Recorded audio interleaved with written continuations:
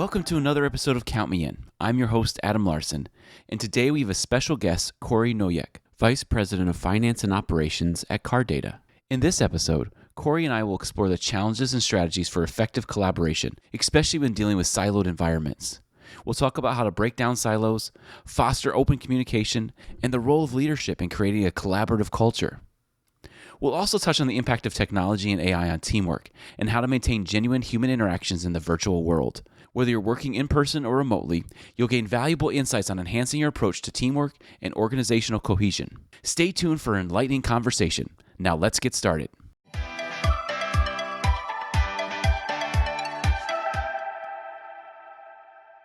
Well, Corey, I'm really excited to have you on the podcast today as we're going to be talking about collaboration and teams. And this is something that is anybody who's worked in any corporate environment, any team environment, let alone whether it's a sports team or you're volunteering somewhere, collaboration is a difficult thing. It's not an easy thing. And one of the biggest things that you deal with when you're collaborating with other teams is silos. There's silos. Everybody is stuck in their silo. They don't want to talk to that person. They don't want to talk to that team. And, maybe we can start by talking about silos and the problem they bring and maybe some strategies to help start breaking down those as we get into this conversation about collaboration. Love it. Happy to be here. And yes, it's a good topic. And I feel like it happens in every organization, especially. And you sometimes forget about the necessity of collaboration. And silos is a hot topic for me. So I work in what they call a silo of back office in itself. And within back office, they do like to silo it off over there in the back. Don't mind. But really, even within that, there is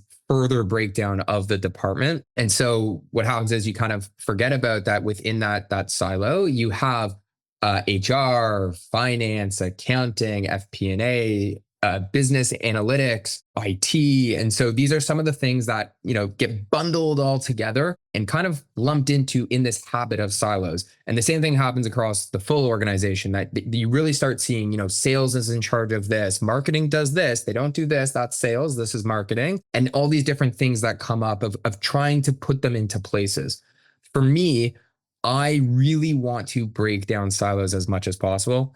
Any opportunity I have, I really just want to do that, is create an environment where we can all bring different perspectives and have a collective group conversation, dialogue, and process that will get us the best business outcome. And that's where those silos really happen, is that if you're out on your own, you may just have a perspective from that one area and you're missing all of that great opportunity and ideas and thoughts that come from all the other experiences and known skills from those other departments and silos. One thing that I will asterisk as well, unfortunately, the world we live in now, COVID and working from home and the work experience now has completely destroyed that.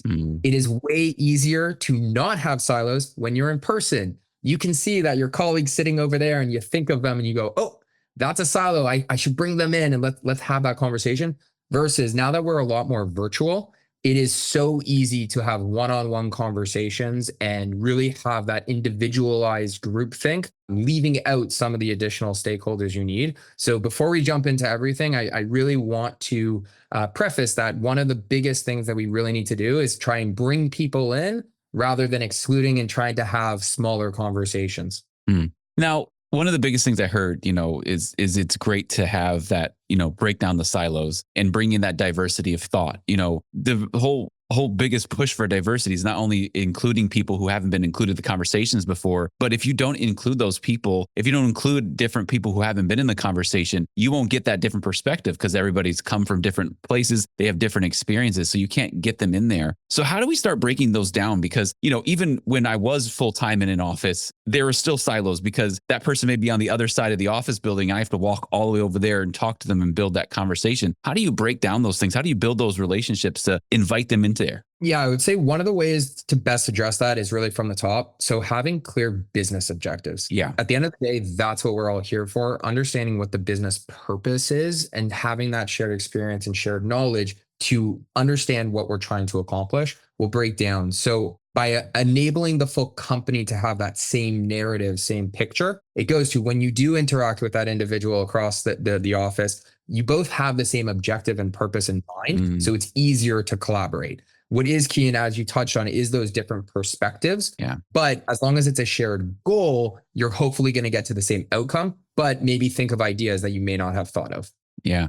So how do we communication is the key element that we have to break down these silos, obviously. How do we bridge the communication gaps, especially to make sure everybody's on the same page, but also foster the different perspectives? Because you don't want everybody to be yes men in that conversation. You want you want somebody to say, hey, well, what about this? You want the dissenting thoughts because it creates creates better outcomes. Yeah. So that one, again, it starts with the leaders of Mm, each department and really creating that environment that you do have smooth and consistent flow of information and decision making process, allowing that first team to be able to really zone in and be able to have that thought and give opinions and everything like that is critical in order to everything else then trickle down. So if we do have that at the first level, and as we're building out the business objectives or building out our goals for the next, let's call it even a quarter or first half of the year, those will then trickle down and create that environment that will allow for everyone to start actually having those communication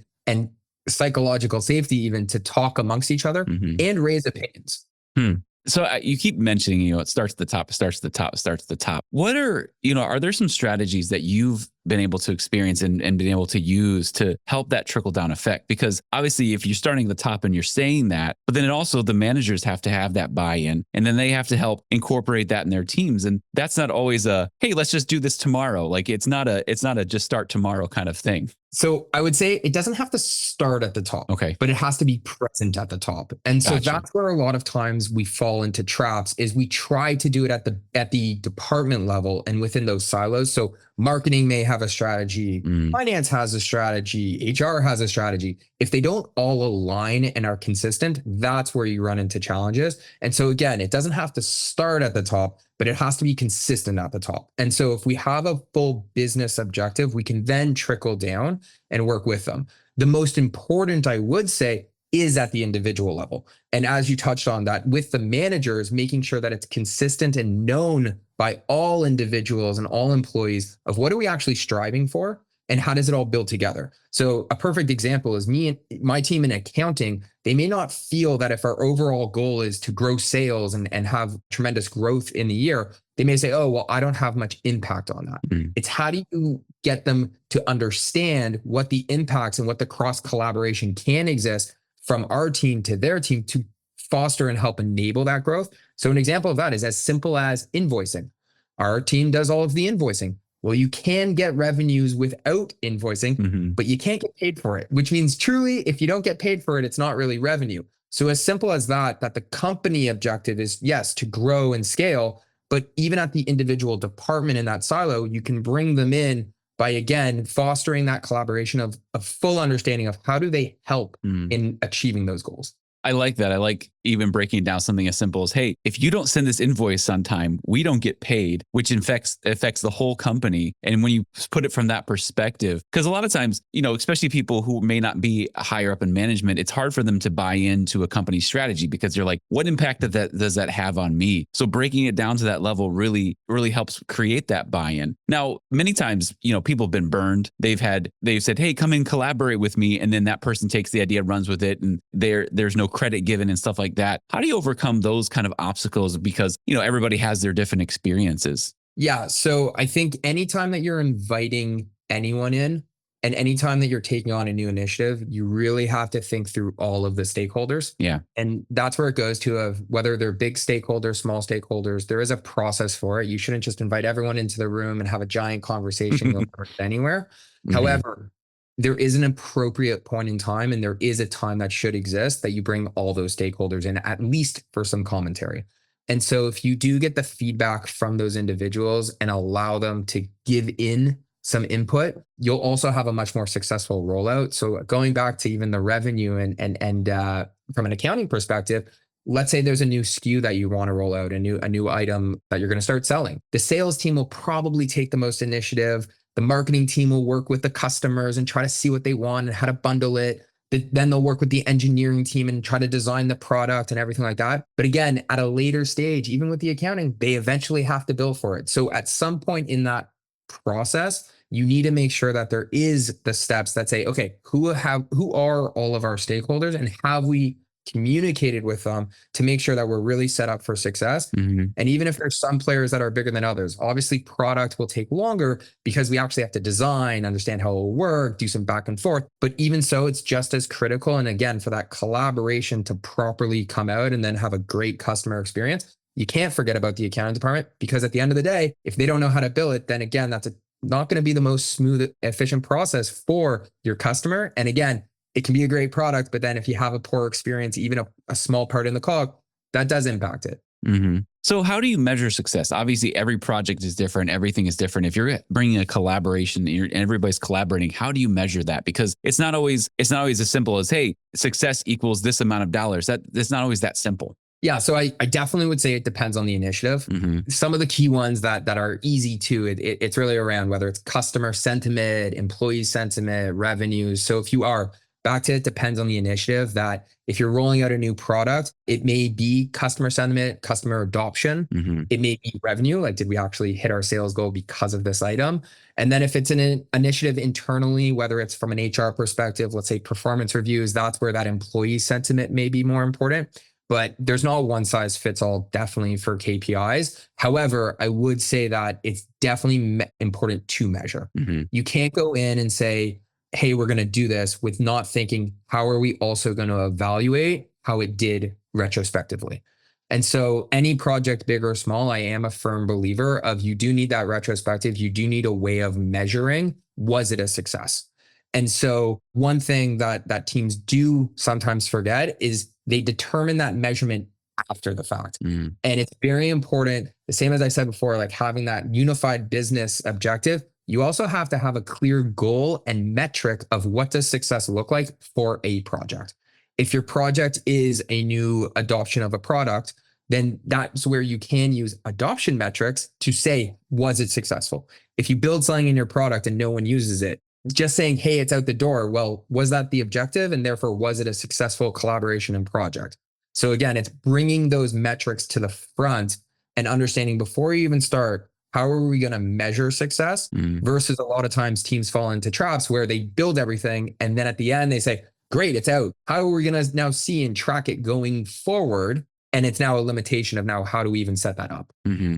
I like that about setting it beforehand, because a lot of times, you're done with the project and they're like, let's have a post-mortem. And it's like the worst name for a meeting ever. But that's where you start, oh, what went well, what didn't go well, which are great things to do. And so you have to look at the team, not only the metrics of how it affected the company, but how did the team work well together? And maybe there's a better way to call it than post-mortem. And it also, even on that, of if you kind of wait until the end, you look back and you say, well, what information do I have now Mm, that I can reflect on? yeah. Versus if you start at the beginning, as you're going, you're ensuring you actually collect that information. And so from a reflection perspective and really an evaluation of success, you'll have the metrics versus being in a state where, well, this is the best I can do. So it kind of feels like this is a good enough measure to see if it's successful. Great. It looks like we did well. Yeah. Now, not every collaboration is all perfect, doesn't go well. There's not sunshine and rainbows flying at you everywhere. Are there some common roadblocks that you've seen and that have been encountered, and maybe some solutions to overcome those as you're working with different teams? Yeah, collaboration, at the end of the day, you're dealing with people Hmm. and you're dealing with relationships. And some people, depending on their personality, characteristics, what's going on in their life, yes, it definitely has their challenges. So one thing I would always remember, we're dealing with people. In any collaboration, at the end of the day, it's a person on the other end. So there is that behavioral aspect of it, and just taking that step back and recognizing that we're all people run the business. But what I would say is leaning on that as well. That's where you do fall into challenges with collaboration. A lot of times you'll have resistance to change. Most people, all people, but I would say most people don't love change. No. And so it's a level of resistance that, depending on the initiative, and that's where I go back to, of bringing people in early, making sure that they feel heard, will help allow that resistance to whatever you are trying to implement from not going sideways Hmm. and really being a success.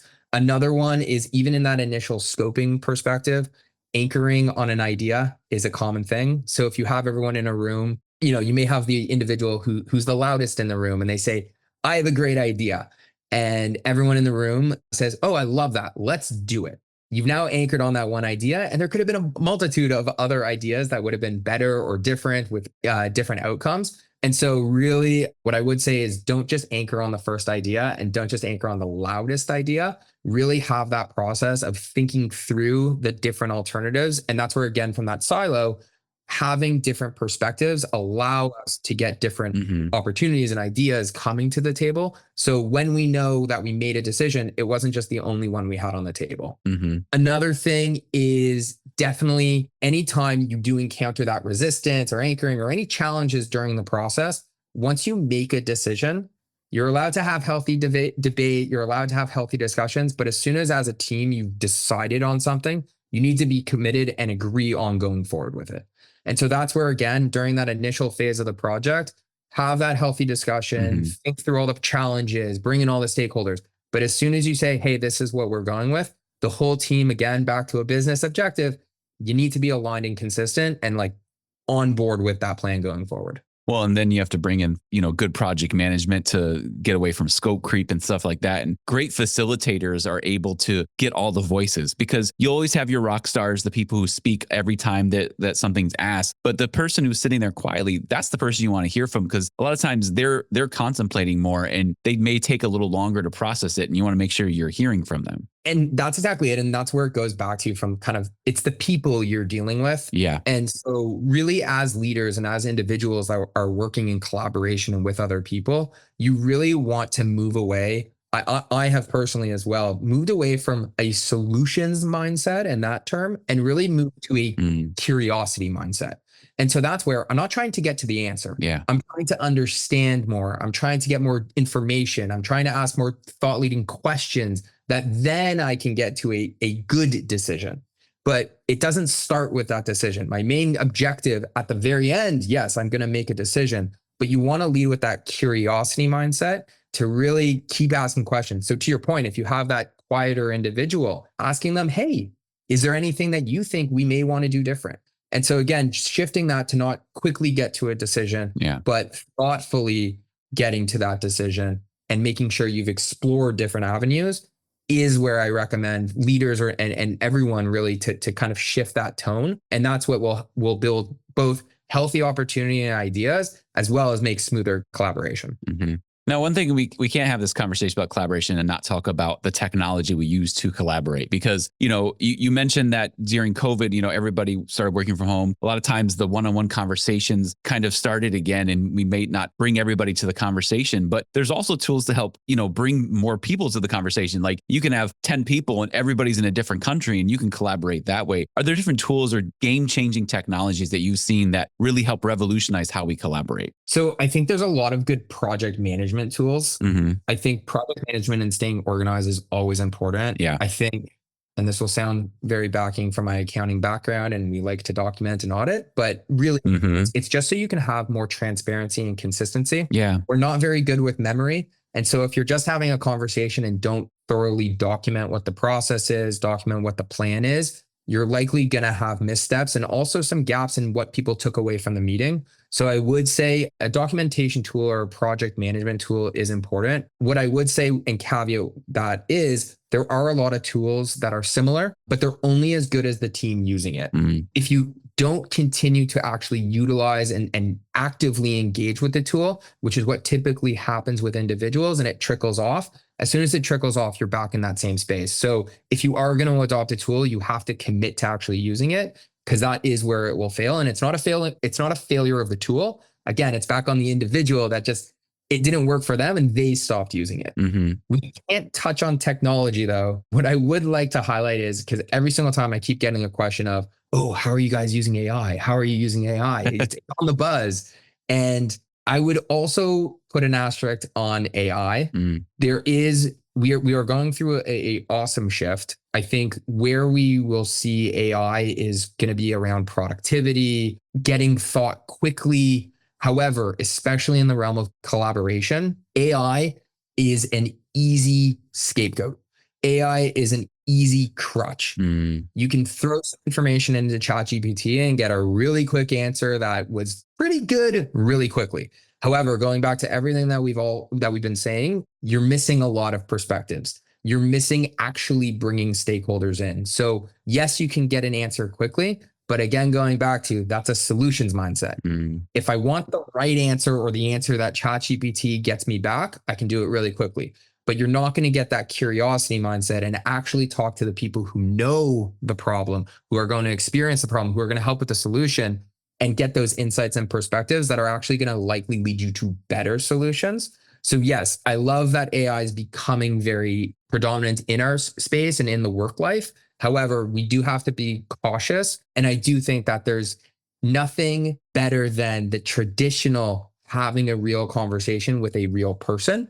And even if that is in a Zoom chat or different ways, that you can still facilitate that ability to have that collaboration. But I do fear that there's the crux of people leaning in on AI that, oh, I don't need to do that meeting because I'll just throw it into ChatGPT and it can get me a lot of that information or into other tools. And AI will eventually do that and things of that nature. So really you're just by the use of AI, at least for right now, you would lose out on a lot of that different perspectives. hmm And then on top of it, as I keep saying, we're dealing with people. Yeah. And so if you're replacing an AI bot to try and get diverse perspectives, you're also missing out on building those individuals. And so from a development perspective, that's where again, technology should be an enabler to help people grow, but they shouldn't replace them entirely. And so by giving folks opportunities and stakeholders to be brought in and actually give their thoughts, give their opinions, you're also helping develop them as people. Mm. I like that. And one of the biggest things in the conversation with AI is always remembering that it is a tool. It is not a replacement of anything. It is a tool to help you do a daily task or something like that. Like a lot of times I've seen in collaboration efforts where they've been working on some wording and they'll throw into AI to get some other ideas on wordsmithing things, but there's still that conversation happening. It's a tool that you use, not something to replace. And I think that's a really important message to not forget, especially when it comes to AI. So as you know, as things continue and evolve, what are some skills and mindsets that we have to have as, to foster successful collaboration? If you're listening to this conversation, you're like, I don't know if I've been a good collaborator. What are some ways to help develop ourselves to upskill ourselves to be better at collaboration in the future? Yeah. So I really think it goes back to thinking about all the stakeholders, Mm, again, big and small, what their impact is, what stage to bring them in. But too many times we quickly jump to that solution. We quickly think we have the answer. mm, And so allowing for collaboration with everyone and even, and going back to that, like bring in the customer, that is a collaboration as well. Bring in some of whether it's a support team or an engineering team, but really fostering that collaboration early and not defaulting to, I know the answer. mhm, And that's where I'll reiterate around that solutions mindset is what tends to, from a personality and person perspective, that's what will default us to say, I don't need to talk to them because I know. However, I would push back and say, well, why not talk to them anyways and utilize that curiosity mindset? And if you find out exactly what you thought you would, great. That just confirmed it even further. mm. And so really that's where that change of mindset is don't jump to a conclusion, go confirm and reiterate a conclusion. And to be honest, you may be surprised and find out something different. And so before you go down the rabbit hole, let's say with building a new product, if you haven't had those conversations or haven't thought through all those avenues, that's where, again, you want to make sure that you have all that information so you can actually get to the right spot. Mhm. So, really asking as many questions as possible. And as we touched on, you don't always have to be the loudest. You don't always have to be the quickest. We don't always have to get things out the door right away. Sometimes by taking that step back and making sure and evaluating again will actually allow us to make a better decision so that you don't have to backtrack. Because in anything, especially in the SaaS world, that if you deploy something Mm. and then have to pull it back, that's way worse than if you would have taken a few extra days or weeks and said, okay, let's make sure we have everything correct. Let's make sure we've considered everything and then deploy it. So having a curious mindset a lot of times comes back to asking questions. Do you have advice for people who maybe don't feel like they ask the right questions? Like what are the right questions? What's the right way to approach asking questions? Yeah. So questions are the best, but that's where it goes back to you can't just ask why. It's Yeah. good to ask why, but I joke around sometimes that in meetings I want to be the 5-year-old that is typically like they say why, and then you give them the answer, they go why, and then they give you another answer, why, and it keeps going. Yeah. Yeah. However, you want to also make sure that, again, we're dealing with people.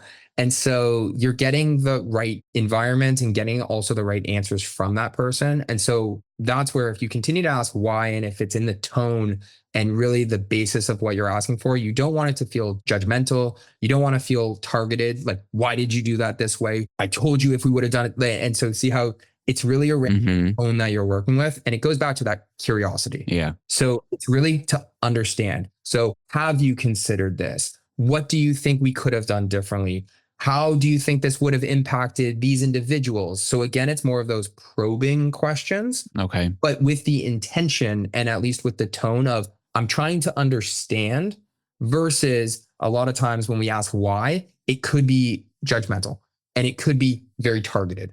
And that's where, especially from a collaboration perspective, people's walls go up really quickly. And once you build a wall, especially a cement wall, it's pretty hard to take it down. Hmm. So again, that you really want to make sure that in collaboration, you're working with others. So it's something to definitely be cognizant about and making sure that you're asking those questions, but in that framework instead, versus trying to get a bit too targeted as well. Even from that is, it's the same thing of if you ask targeted questions, you're kind of trying to lead someone in a direction, which again goes back to, I don't want to be solutions oriented. I really do want to understand and get more information. And that will allow us to identify if that idea may not even be the best one available.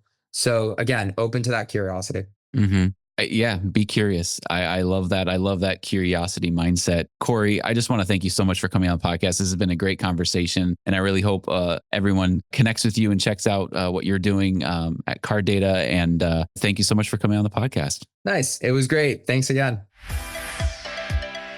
This has been Count Me In, IMA's podcast, providing you with the latest perspectives of thought leaders from the accounting and finance profession. If you like what you heard and you'd like to be counted in for more relevant accounting and finance education, visit IMA's website at www.imanet.org.